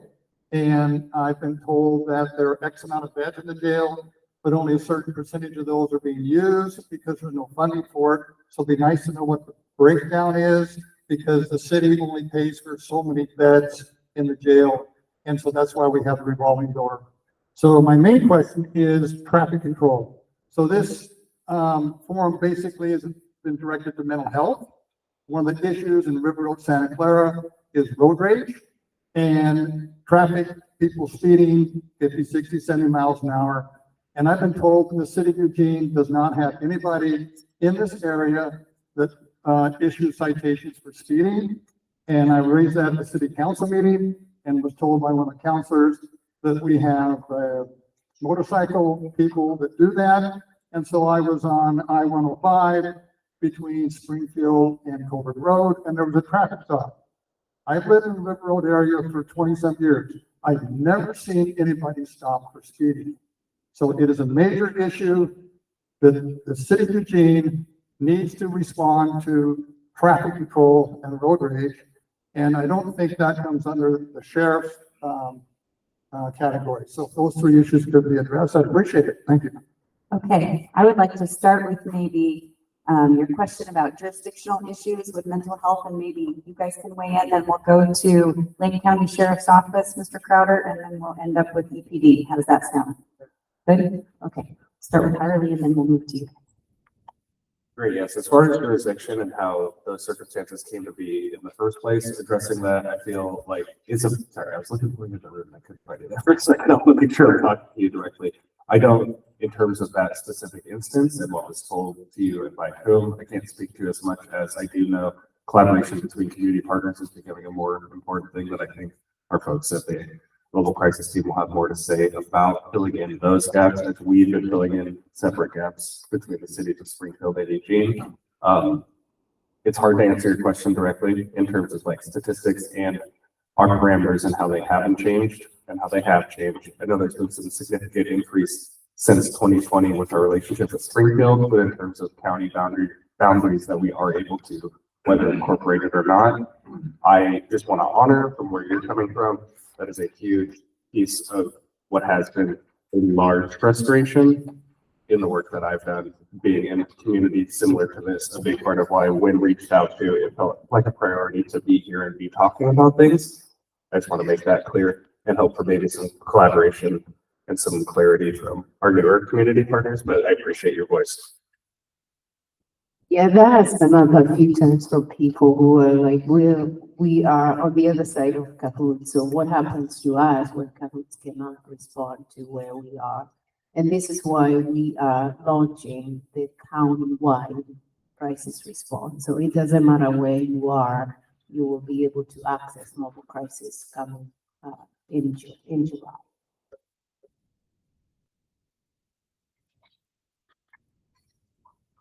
We're back to me being a funding nerd here, noticing a trend.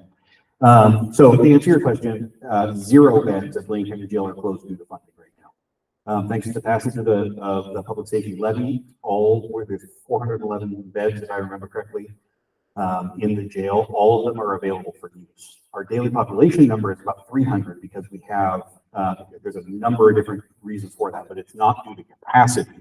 It's the pretrial release program that we have, which is our partnership and collaboration with the courts. That has to do with how they triage the people that are in the building and the release programs that they have available to them, so that they can be released to the county or released to into the public on release agreements that still have a measure of control. So one of the big differences, a capacity-based release means that they basically just go out the door. And there are no further control measures. If they don't show up at court, we issue a warrant, but there's nothing else. A release agreement means they actually have to swear, they swear to show up, but there's also conditions placed on them. They can't go to this location. Sometimes pretrial services will have them call in every day. Sometimes they have to physically show up at the jail. Very frequently, they're placed on an ankle monitor program, so they're GPS tracked in the community. And that can be done whether they pay bail, which is a right that they have. If they pay their bail, they have to be released from jail. Or if they're identified as a relatively lower risk person, but maybe they don't have the greatest history of showing up to trial or something like that, they can still be prioritized for release if there's some monitoring program in place. So I want to be very clear about that. No beds are currently closed due to funding issues at the jail.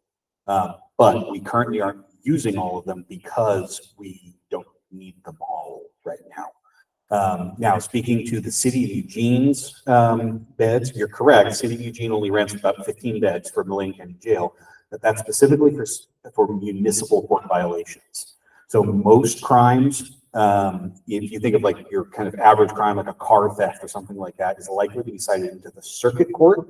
Those go to jail just like everybody else. It doesn't count toward those 15 beds the Eugene Police uses or the Eugene Municipal Court uses. Those are low-level crimes. They're frequently the trespassing and minor theft, the quality of life crimes that I mentioned earlier. Those are go into those beds, and the people that are involved in some of the community and mental health courts, they will usually start in those beds in the Lane County Jail before they're transitioned into the city's municipal court beds.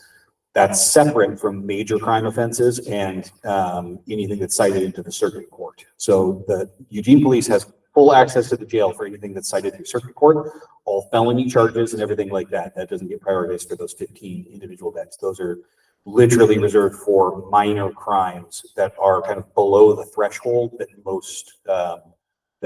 most people would be held on, essentially. I hope that answers that question. Very well.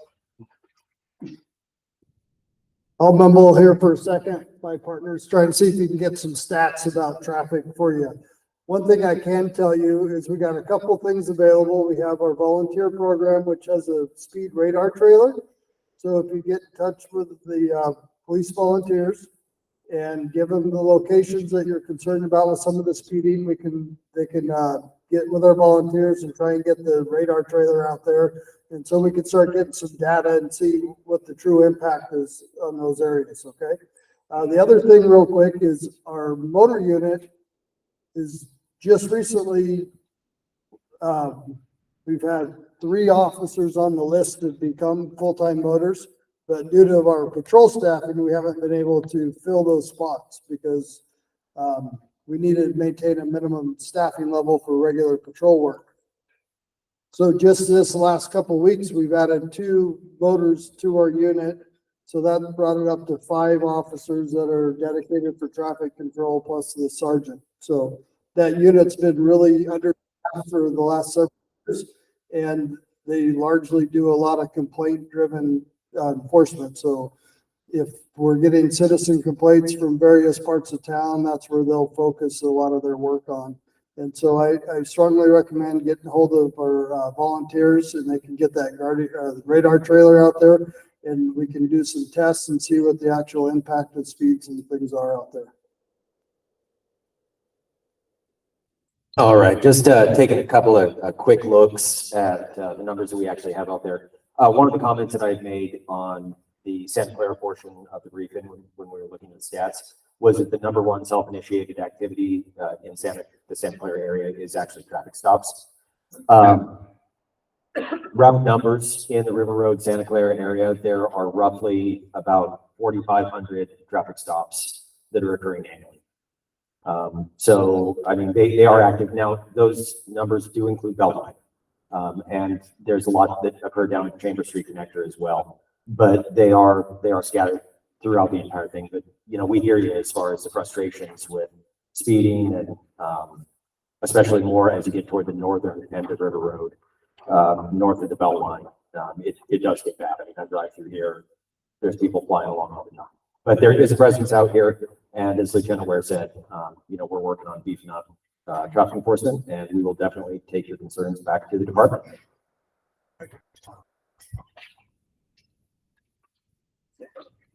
I'm sorry, I just wanted to jump in real quick right before your last thing. I wasn't sure with contracting and what has been happening. We are expanding to the urban growth. Forgive me, I digress. Thank you. Hi,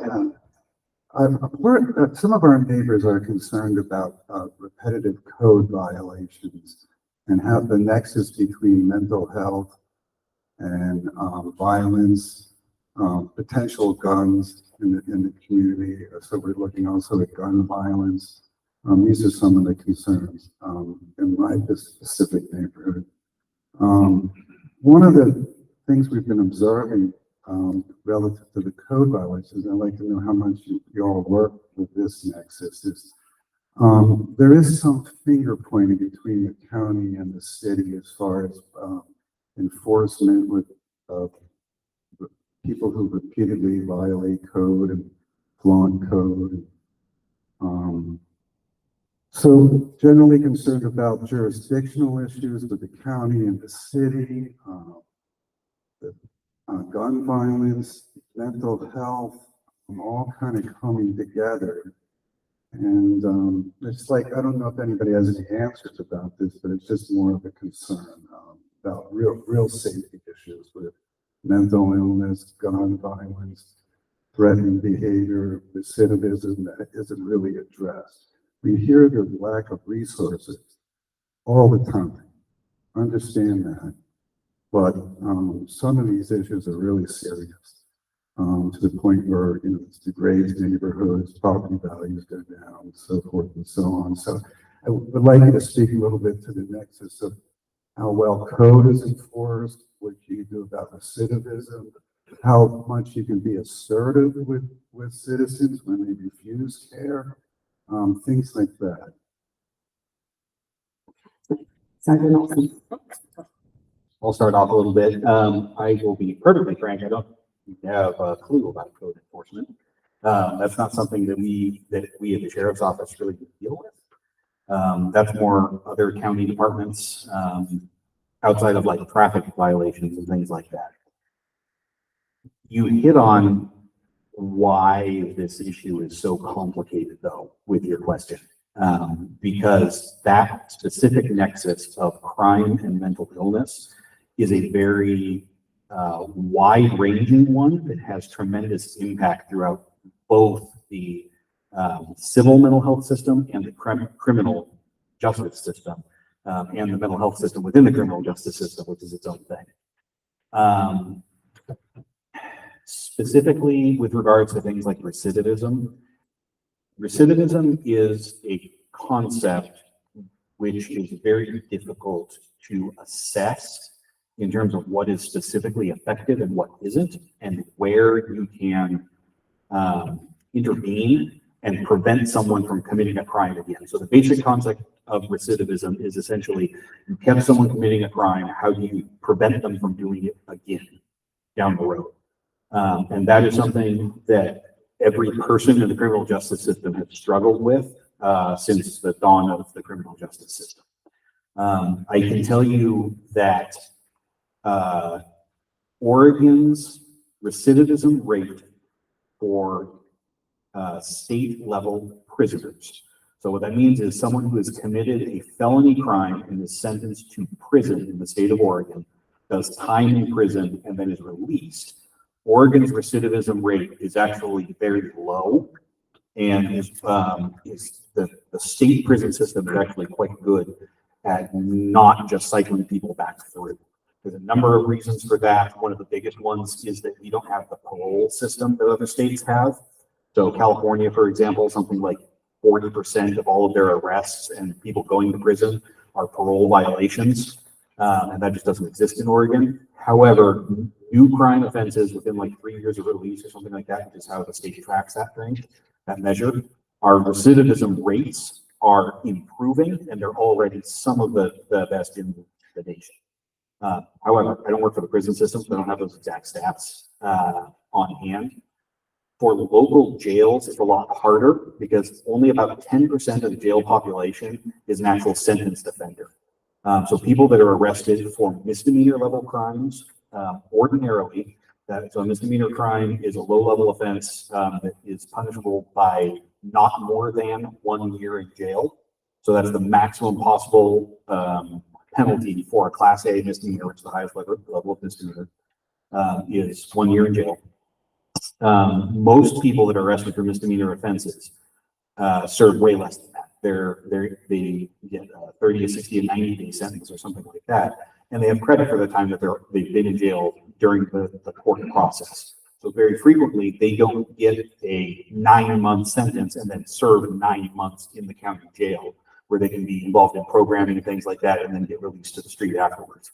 Frequently, if they're arrested and if they're held in jail, because again, we're talking about relatively low level offenses, they may receive something like 6 months of time with 4.5 months credit for time served because they've already been in jail for that long. And then the remainder of that time may be able to be served on something like work or something similar.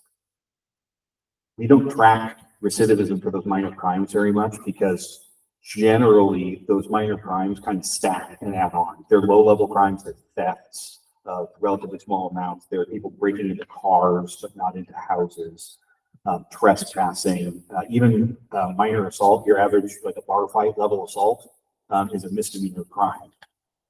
So things like that, those low level crimes have a fairly high recidivism rate.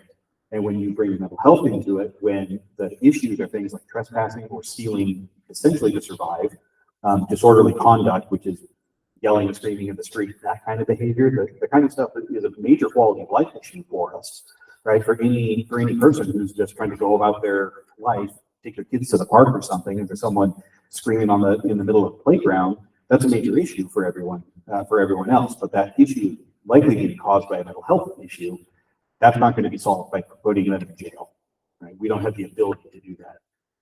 The other thing you touched on is our ability to compel care for someone in the state of Oregon is extraordinarily low. So we're the site of, or we're the location for One Flew Over the Cuckoo's Nest, right? All the horrors of how bad the Oregon State Hospital was back in the 60s and through the 70s. And when we fixed those issues by giving a lot of responsibility back to the people that were under care and saying essentially we were massively overusing the system and committing people that didn't need to be, we swung that pendulum pretty far in the other direction. And now it is very difficult to compel someone to get treatment if they don't want to. The kind of dumbed down way of the way that I tell my young deputies when they come on is it's not illegal to be crazy. Like, it's not illegal to have mental health issues. And you can refuse treatment, just like you can refuse to get treatment for a heart problem or indigestion. You can refuse treatment for mental health issues. And that is something that That is the state of the legal landscape in the state of Oregon, because it is very, very difficult to compel someone to get treatment if they don't want to.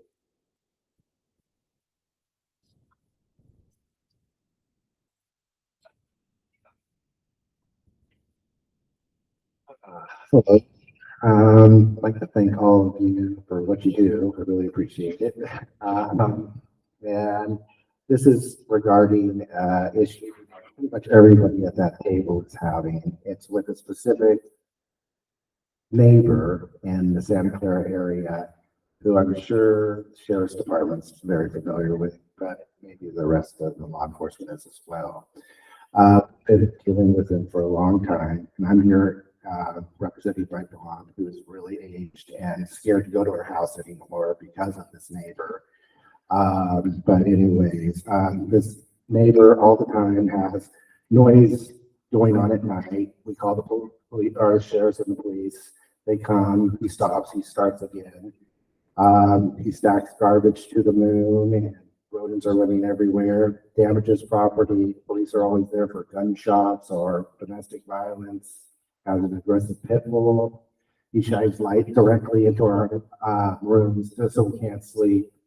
He'll dump a gutter. He did a gutter to go into a neighbor's yard just for the fun of it. He sets illegal fires, does illegal digging, harasses all of these neighbors, and there doesn't seem to be anything anybody can do about it.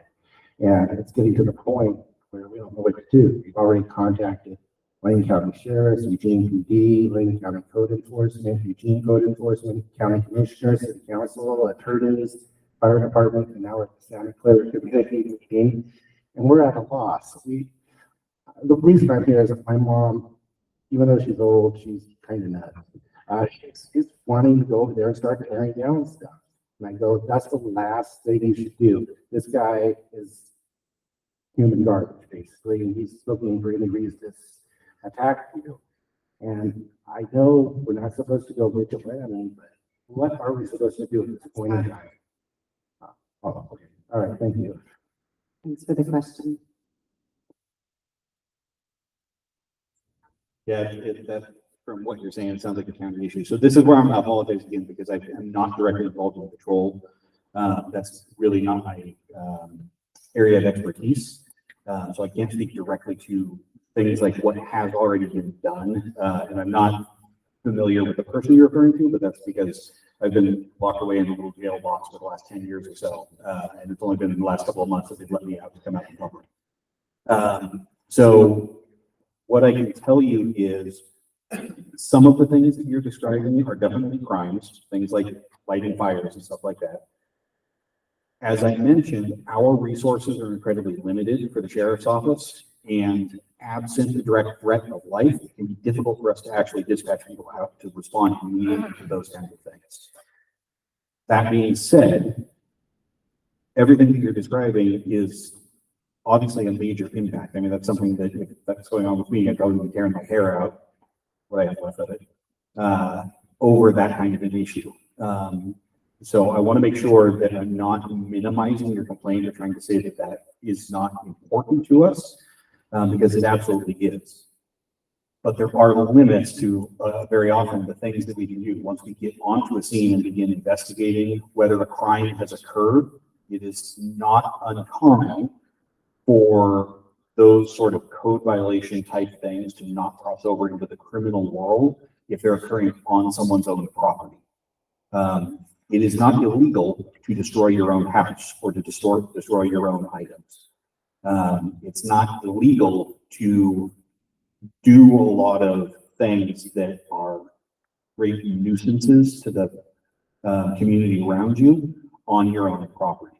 And without having specifics of that, I can't speak to what individually has happened. What I'm going to do is I will get you my business card. I may not have the direct answers for you, but I will try and put you in contact with somebody that might know a little bit more about that situation and see what we can do about following up. I do know that there are some resources for a certain level of repeated code violations. Unfortunately, that is a thing that often takes us very long time if it doesn't cross over into direct harm to a person, basically. I will say, please don't go vigilante.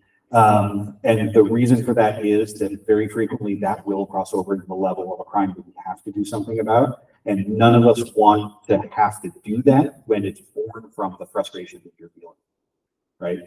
We don't want to set anyone up for failure in that vein. And I think I can probably speak for Eugene Police as well. And saying that we don't want you or your neighbors to ruin your own life just trying to seek relief from this and make the situation worse, essentially. I understand that. Like I said, that's why I'm going to leave you my contact information so that you can get a hold of me, and I will try and route that to someone that is more directly involved in that kind of stuff if I can do so. Okay. I wanted to talk to the two with the mobile crisis service. Because you haven't started yet, but my understanding, so it's gonna be countywide. But is it gonna be based on how CAHOOTS works and does de-escalation? And has medical team besides the de-escalators and, just kind of find out, because in my work in the past, when I had problems with people, I could ask them, can I call CAHOOTS for you? The majority of them would say yes, and I'd give them a place to sit, call CAHOOTS, and CAHOOTS would show up and take care of the situation. But, for having something new come into the county, people aren't gonna know, like, if you go to someone and they're having a crisis and you say, can I call a mobile crisis service for you? Just, what are we getting for them is what I. Yeah, that's a very good question. It is going to be similar but different. So what is going to be different is for the mobile crisis that is going to be coming, the newer model does not include medics. So these are just behavioral health professionals really just responding to a behavioral health distress. And we are also just trained in the same de-escalation techniques as CAHOOTS is. Also trained in other skill sets based on the behavioral health, mental health profession. So yeah, it will be similar, but we're not going to have a medic or a nurse attached to it. It will be graduate level clinicians and peer specialists and qualified mental health associates that are going to be responding.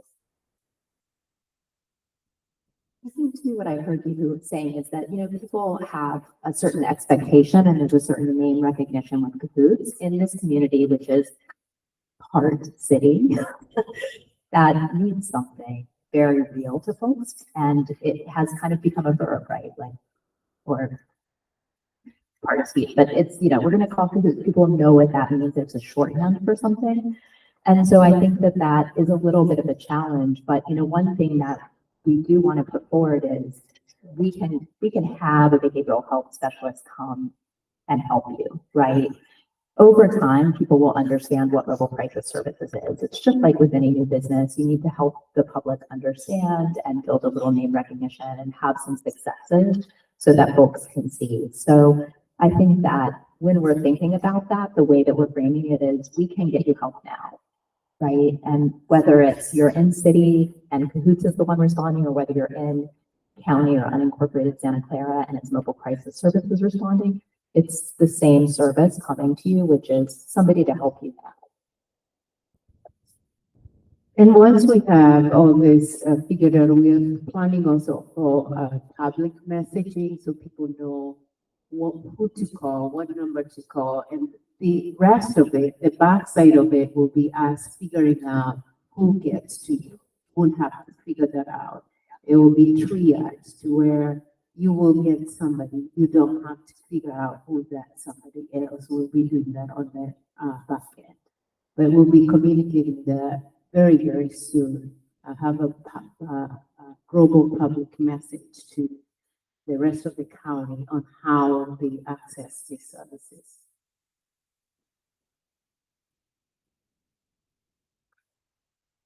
Mike wanted to follow up. I just wanted to provide a little bit more clarification. Our intention at Whitebird Clinic is wholly to continue to provide services through CAHOOTS, as well as our crisis phone line and our homeless outreach services, all those things that the community's grown to depend upon, and that we feel like we're pretty darn good at. Some main differences that set us apart is instead of a peer support specialist in that band, you're getting a qualified mental health associate or professional, someone with a master's degree and much higher level of professional experience and certification, as well as a medic in the van. And we've got folks like Harley here that undergo 6 months of training before they're allowed to be working on a team in the field. And so we will continue to be doing that, and we look forward not only to be working in the Eugene area, but expanding into the urban growth boundary, and we're in conversations with ESF to achieve that moving forward. Okay. Almost to the end here. This will be real quick. I was wondering if EPD has jurisdiction to respond to a 911 call from a county resident. Yeah, we can do that. Generally, these calls, they'll, like we talked about, will get dispatched directly to the county. Most of our officers scan the radio, so we listen to the county calls, and they do the same for us. Just a week or two ago, there was an incident over off Cinnamon, and EPD was there. I think we actually may have got there first, and assisted the county with their call, and then we ultimately found the suspect in the part of the city, and we work together side by side. And so in an emergency situation, we don't worry about jurisdictional lines. We're going to be here to help each other out and help the community. So. Okay, we're going to have one last comment, and then we're going to give our thanks. Well, I want to give my thanks now. Thank you, all of you. Really appreciate having you here, having this meeting. We felt very isolated and unheard in our little corner of Santa Clara. And I'm in that little neighborhood corner where there is a person who is several standard deviations from the norm in the sociopathic department, and very hostile to the neighbors. And we hear about huge amounts of resources that are scarce. Can you speak into the mic, please? I am sorry. Can you hear me now? Thank you. Okay. With all the resources that are available, and they're scarce, I've been adding up just visits for first responders to that household. And I'm assuming if there's one, frequently, because it involves domestic violence, there's usually 2 responders for safety's sake. And there's huge amounts of resources that have been expended on this one person, or not person, it's a family unit. And it's a hotspot. If you run a GIS map of the area, you will see that the chloropleth goes right to that address location. You guys probably know it very, very well. I'd like to see an integrated response plan so that I know that the left hand is talking to the right hand. I'd like coordination with the state because there are minor children there, and CPS has been called on multiple occasions, and I don't even know if you coordinate with them. I'd like you to have, when you have a hotspot in the neighborhood, I'd like you to reach out to the neighbors so that you get the full picture of what's going on, not just looking through little stovepipes. That would be a helpful thing. And one of the things that Lindsay Leach, our city, even though this person is a county resident, I'm a city resident down the street, Lindsay Leach facilitated having a resource officer in EPD that we could just text as these things would occur, because they are like, they've gotten to the point where maybe there isn't a reduction in crime, but there's a fatigue factor where we're not even calling anymore because nothing happens. And last week when I heard about your intervention on Cinnamon Avenue, I believe it was, I heard all the neighbors on TV just talking about how tragic it was that they could see this happening. It was years in the making. And we can tell you, every one of us living around this street, this is a crisis in the making. And I can tell you, it can escalate to a crisis. I lived in Virginia in the 90s, and I witnessed my husband in a domestic murder. Do you have a specific question for the group? These were suggestions I heard on your agenda that you should do it. These are my suggestions. I'd like to see if you would take those up. Thank you. So I can tell you that we do collaborate with like Child Protective Services and things like that. We're happy to involve the state in those kind of cases when we can. One of the challenges with the kind of situation that you're describing is that in most cases, there's not a mechanism for a whole bunch of tiny crimes to all get wrapped up and make one big crime that we can come in and arrest somebody for and put them in prison for like 10 years or something.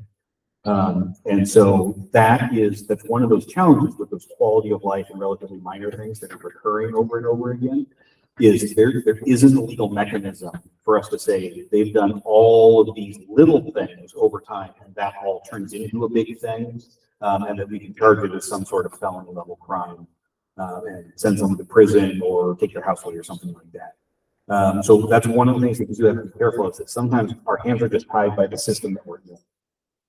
And we can't just come in and say, and now we're going to kick that person out or, vote them off the island or something like that.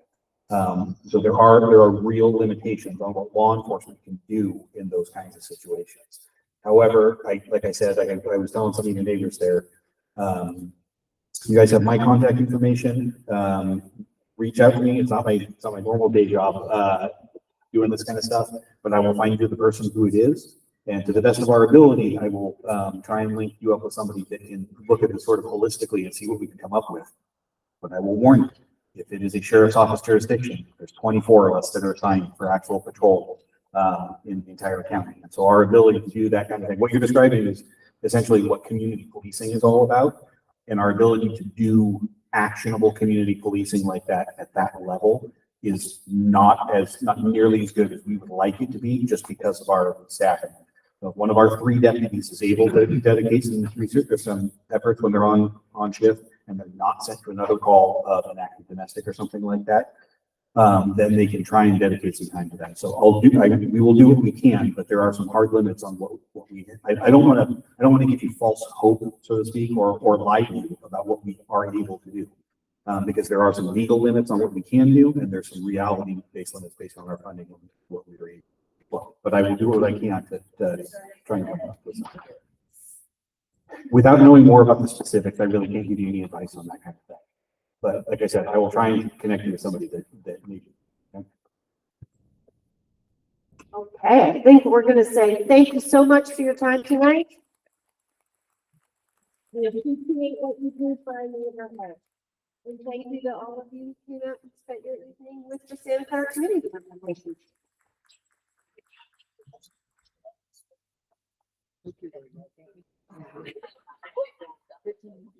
And oh man, a Chevette. Yeah.